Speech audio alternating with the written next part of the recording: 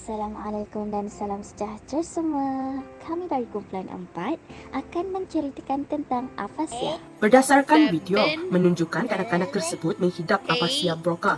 Ini dapat ditunjukkan apabila si ibu menyebut perkataan 7, si anak tersebut menghadapi kesulitan untuk membentuk kalimat tersebut. Apa itu afasia? Afasia merupakan gabungan dua perkataan, iaitu a dan fasia.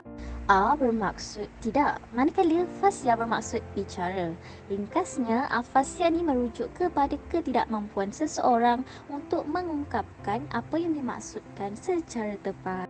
Apa pula tanda-tanda afasia? Tanda-tanda afasia terbahagi kepada 3. Pertama ialah kesukaran berkomunikasi secara bertuturan. Kedua, kesukaran memahami percakapan orang lain. Dan yang terakhir ialah kesukaran untuk membaca dan menulis. Punca-punca afasia disebabkan oleh otak yang cedera atau beberapa penyakit. Antaranya ialah kerosakan saraf otak, strok, tumor otak, cedera otak traumatik, penyumbatan atau pecahnya pembuluh darah di otak. Kehilangan darah ke otak menyebabkan kematian sel otak atau kerosakan di daerah yang mengawal bahasa. Jenis afasia yang pertama ialah afasia broca. Afasia broca melibatkan kerosakan bahagian hadapan kawasan otak iaitu daerah paling dominan untuk berbahasa. Terdapat pelbagai masalah yang dihadapi oleh penghidap seperti ayat terpatah-patah, sebutan tidak jelas dan sukar menggunakan kata tugas. Yang kedua, afasia Wernicke. Afasia Wernicke melibatkan kerosakan bahagian belakang kawasan otak iaitu daerah dominan untuk berbahasa.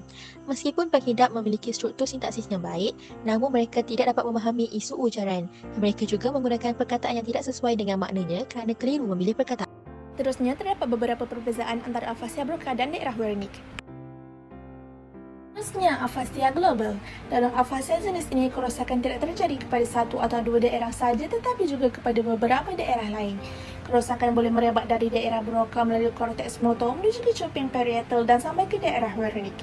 Luka yang merebak luas ini mengakibatkan gangguan fizikal dan lisan yang sangat besar. Daripada segi fizikal, penderita afasia global ini boleh menjadi lumpuh di sebelah kanan, mulut boleh menjadi herot dan lidahnya menjadi tidak cukup anjal. Dari segi lisan, dia boleh mengalami kesukaran memahami ujaran orang, manakala ujarannya perlu sukar difahami. Pengidap afasia global juga tidak dapat mengucapkan perkataan dengan jelas. Pemahaman pertuturan pesakit afasia global adalah sedikit, oleh itu mereka menggunakan susunan bunyi stereotip. Afasia boleh dikategorikan kepada beberapa kelompok iaitu afasia sementara, afasia tidak fasih, afasia fasih dan juga afasia sejagat.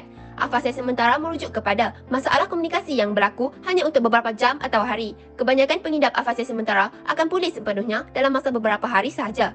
Yang kedua ialah afasia tidak fasih. Afasia tidak fasih boleh dikenal pasti berdasarkan ciri-ciri tertentu seperti pertuturan yang sukar, teragak-agak dan juga berbentuk telegram. Pengidap afasia tidak fasih tidak mengalami masalah untuk memahami pertuturan orang lain.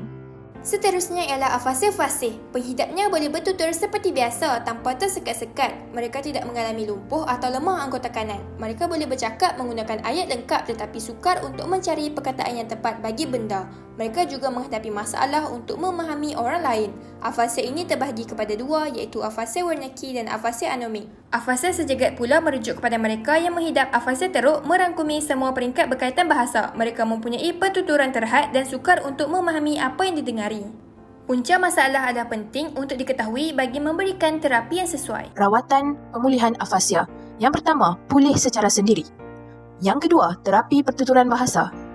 Yang ketiga, pembedahan.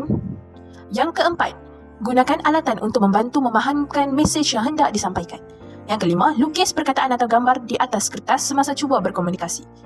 Yang keenam, sokongan keluarga.